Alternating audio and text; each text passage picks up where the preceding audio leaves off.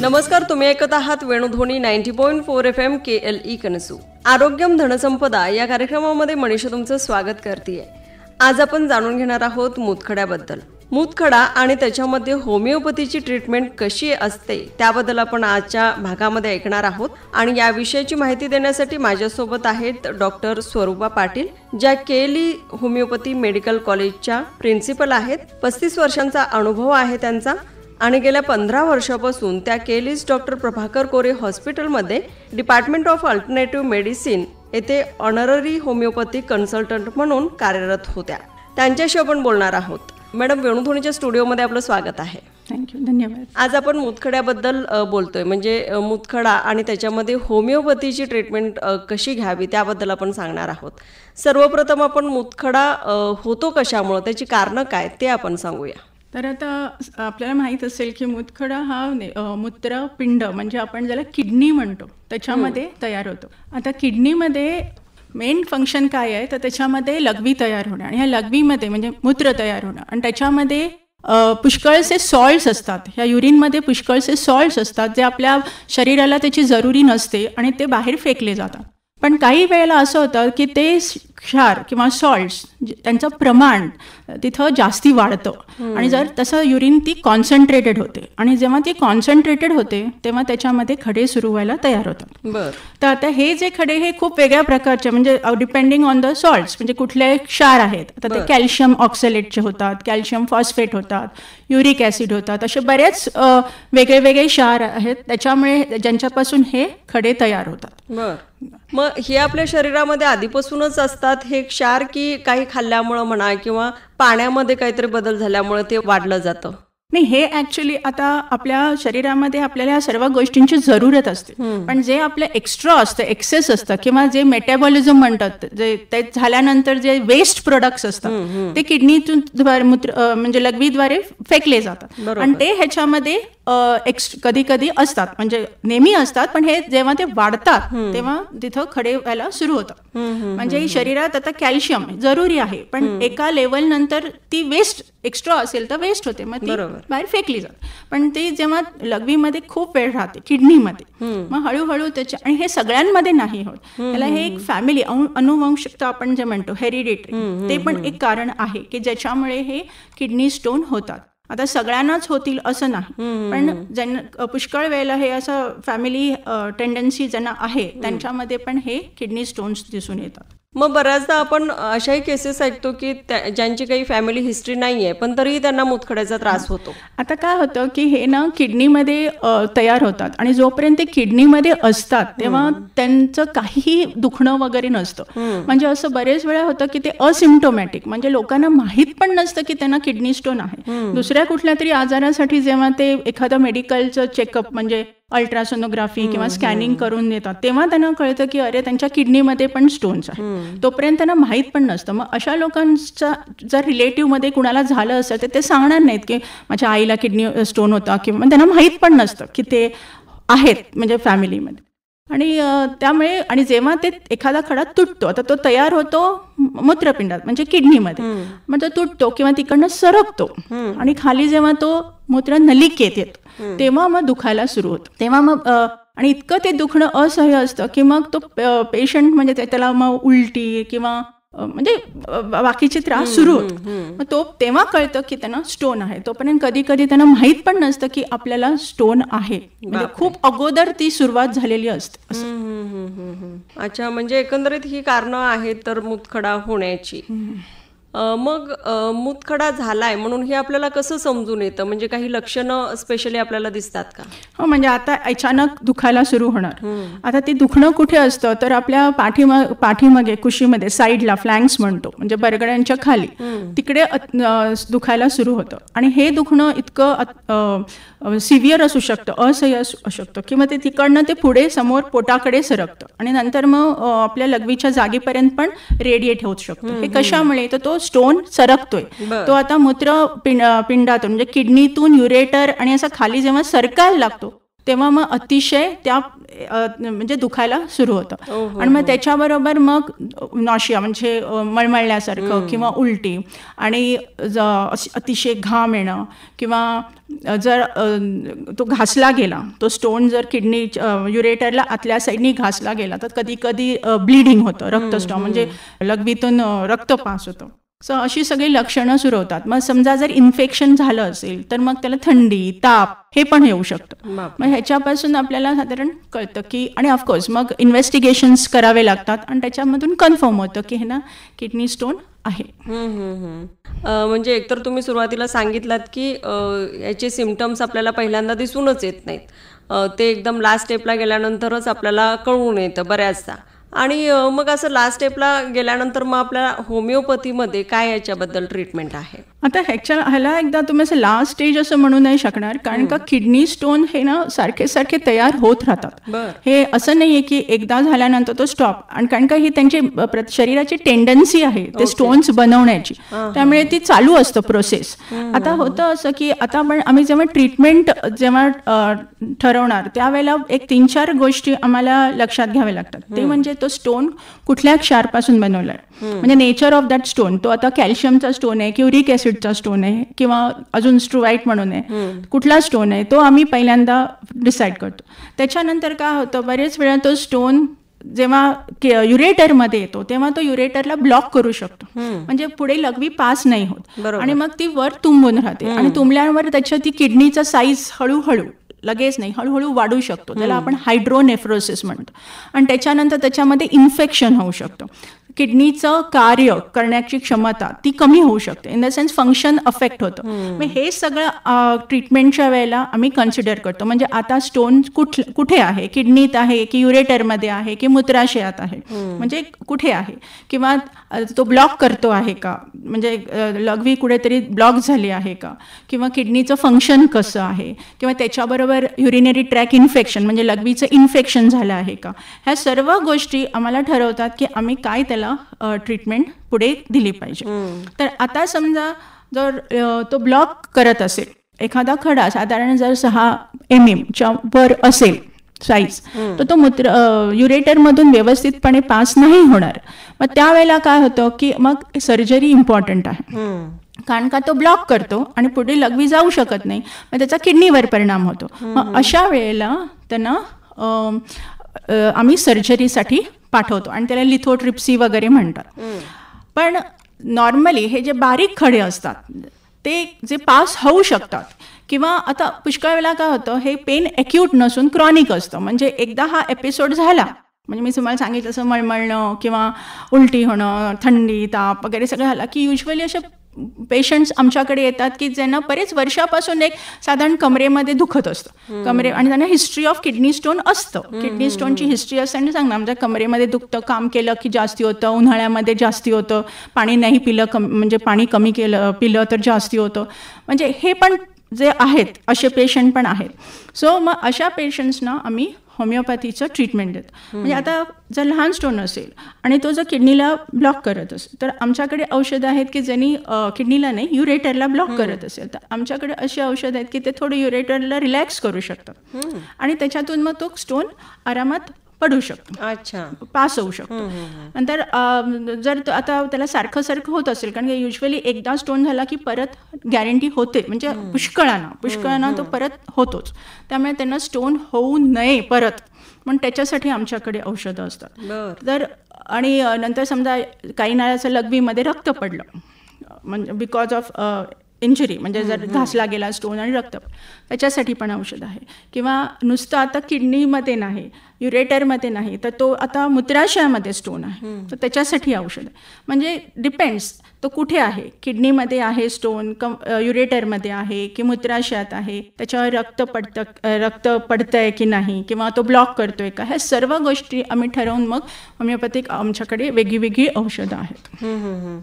मग हे फक्त औषधांवरती क्लिअर होतं की मग पुढं तुम्ही म्हटल्यासारखं सर्जरीपर्यंत गोष्ट जाते? सर्जरी आपण जाऊ शकते, म्हणजे अगोदरच आता आमच्याकडे पेशंट आला की आम्ही त्याला इन्व्हेस्टिगेशन्सला पाठवणार, म्हणजे आता सोनोग्राफीला पाठवू किंवा सिटी स्कॅन वगैरे, म्हणजे आम्हाला नक्की कळतो की तो स्टोन कुठे आहे आणि तो ब्लॉक करतोय का. ब्लॉक जर करत असेल आणि किडनीवर त्याचा परिणाम होत असेल तर आम्ही अगोदरच सांगतो की तुम्ही सर्जरीला जाऊन या, तो स्टोन पहिल्यांदा काढून घ्या, त्यानंतर तुम्हाला स्टोन्स पुन्हा होऊ नयेत म्हणून आम्ही आमचं तुम्हाला कॉन्स्टिट्युशनल मेडिसिन म्हणतो आम्ही. म्हणजे हे होमिओपॅथीमध्ये प्रत्येक व्यक्तिमत्व त्याला आम्ही बघून त्याचं औषध ठरवतो. म्हणजे आता एक समजा 4 पेशंट जर किडनी स्टोनचे आले असतील तर त्या चौघांनाही वेगळं वेगळं औषध लागू पडेल.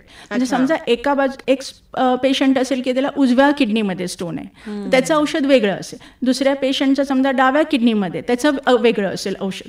म्हणजे त्याचं पूर्ण व्यक्तिमत्व बघून आम्ही त्याचं औषध ठरवतो. बरोबर. हां, त्यामुळे काय होतं की पहिल्यांदाच आम्हाला जर कळलं की हा स्टोन मोठा आहे, हा काही सरकणार नाहीये, तर तो आम्ही त्याला सर्जरीला पाठवतो. बारीक स्टोन्स जे असतात पुष्कळ असे बारीक बारीक बारीक किडनीमध्ये खडे असतात, मग त्यांना आम्ही औषध स्टार्ट करतो की जेणेकरून ते पडून जातात. अगदीच बारीक असेल तर ते विरघळून जातात. आणि मेन म्हणजे काय, होमिओपॅथीचा स्कोप कुठे, तर तो पुन्हा पुन्हा होऊ नये, कारण का हे खूप महागाच्या सर्जरीज आहेत.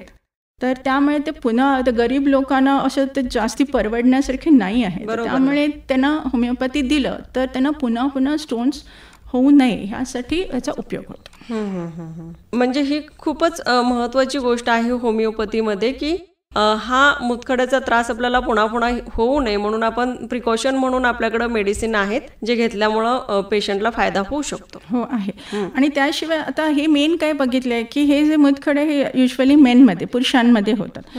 म्हणजे जे कॅल्शियम ऑक्झॅलेटचे किंवा कॅल्शियम फॉस्फेटचे जे स्टोन्स असतात हे मेनली पुरुषांमध्ये होतात. आणि पूर्वी जरा वय म्हणजे पूर्वी 30च्या वर होते, पण आता इव्हन 20तल्या म्हणजे 20s मधल्या मुलांना पण किडनी स्टोन होऊ शकतात.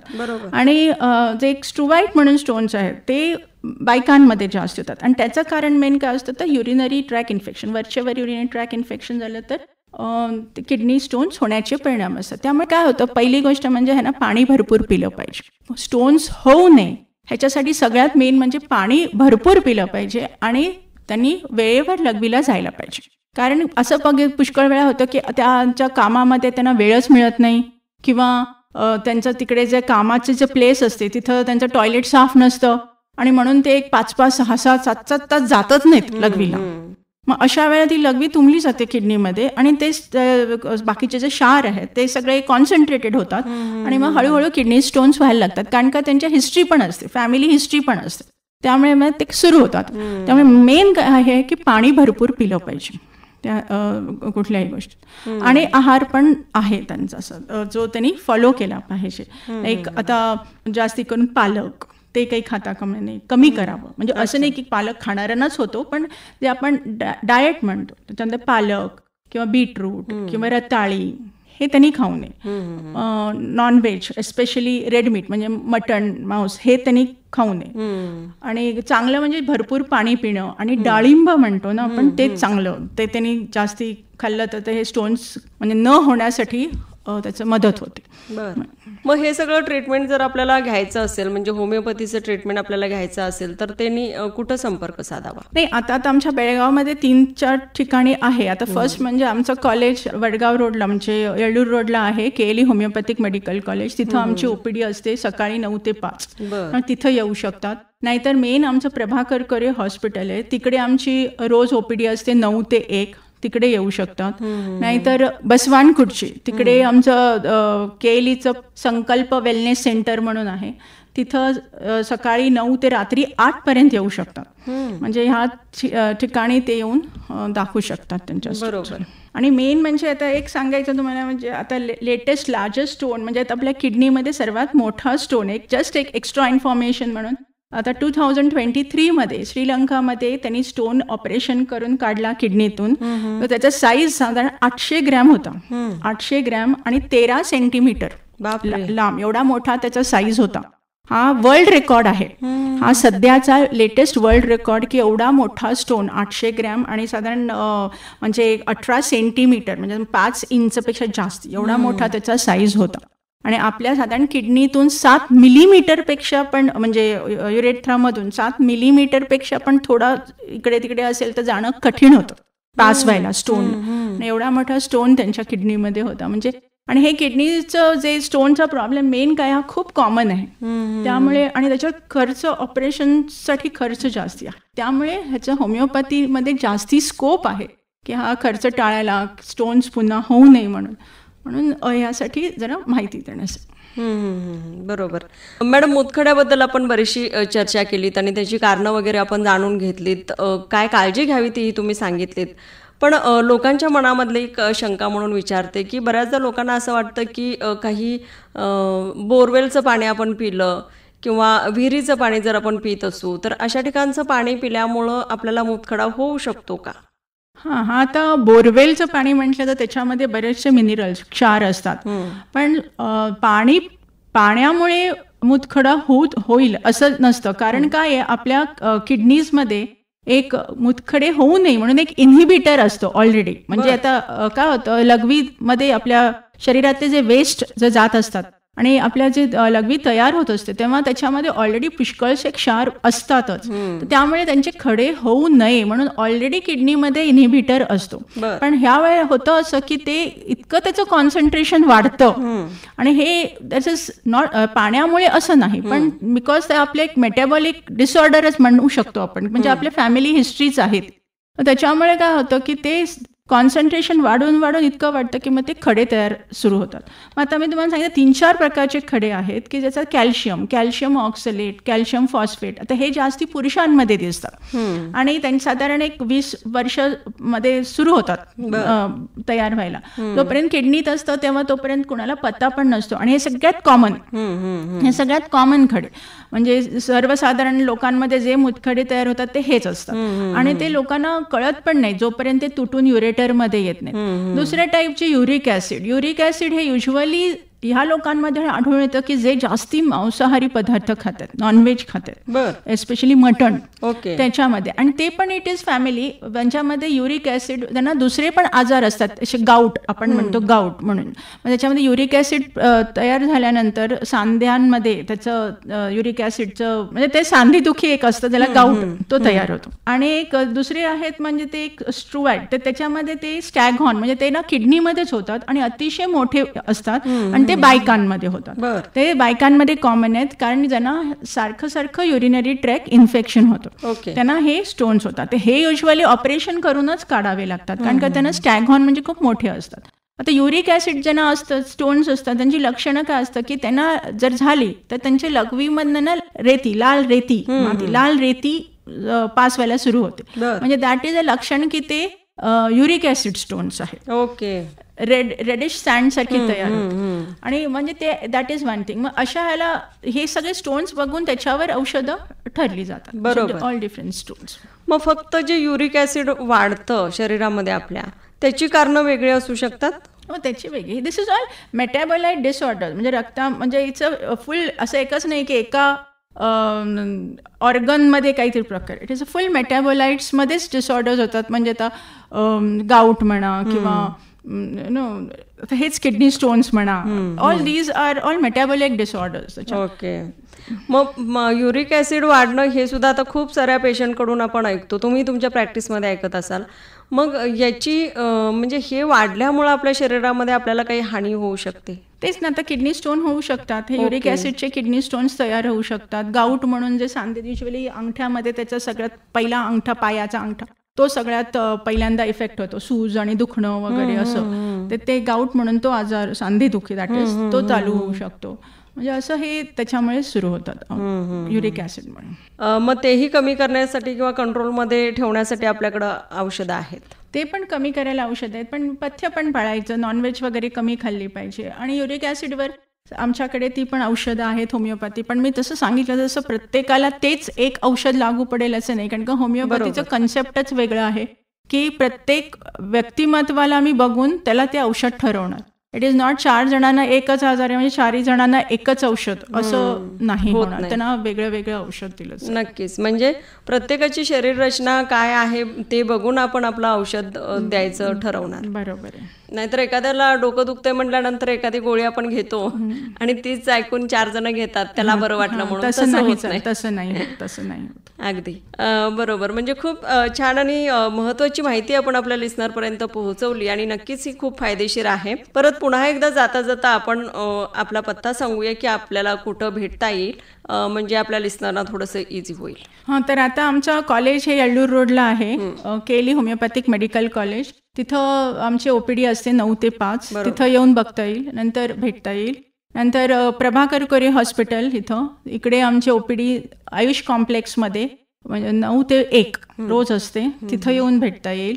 किंवा बसवानकुटची तिथं सामरा रोड, तिथं आमचं केलीचं संकल्प वेलनेस सेंटर आहे.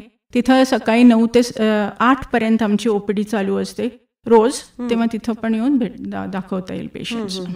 मग पेशंट फक्त या कारणासाठीच तिकडे येऊ शकतो की सगळे आजार, कुठलेही आजार असतील तरी येऊ शकतो. आम्ही त्याप्रमाणे त्यांना रिफर करू. जर आम्ही होमिओपॅथीमध्ये त्यांना जर ट्रीट नाही करू शकलो तर आम्ही त्यांना दुसरीकडे पाठवू आमच्याकडे. कारण की होमिओपॅथीचे पण काही लिमिटेशन्स आणि स्कोप्स असतात. म्हणजे जसं मी सांगितलं, त्याचा मोठा स्टोन असेल आणि जो ब्लॉक करत असेल त्याला आम्ही काय औषधं देणार नाही, कारण का त्याचा पुढे किडनीवर परिणाम होऊन किडनी जर त्याची बाद झाली तर प्रॉब्लेम, म्हणून त्याला आम्ही सर्जरीलाच पाठवणार. मग ते आम्ही ठरवतो की आम्हाला मी ट्रीट करू शकतो की नाही, त्याप्रमाणे. मग शेवटी जाता जाता आपण आपल्या लिस्नरना काय मेसेज देऊ की एकंदरीतच मूतखडा आपल्याला होऊ नये म्हणून आपण काय काळजी घेतली पाहिजे?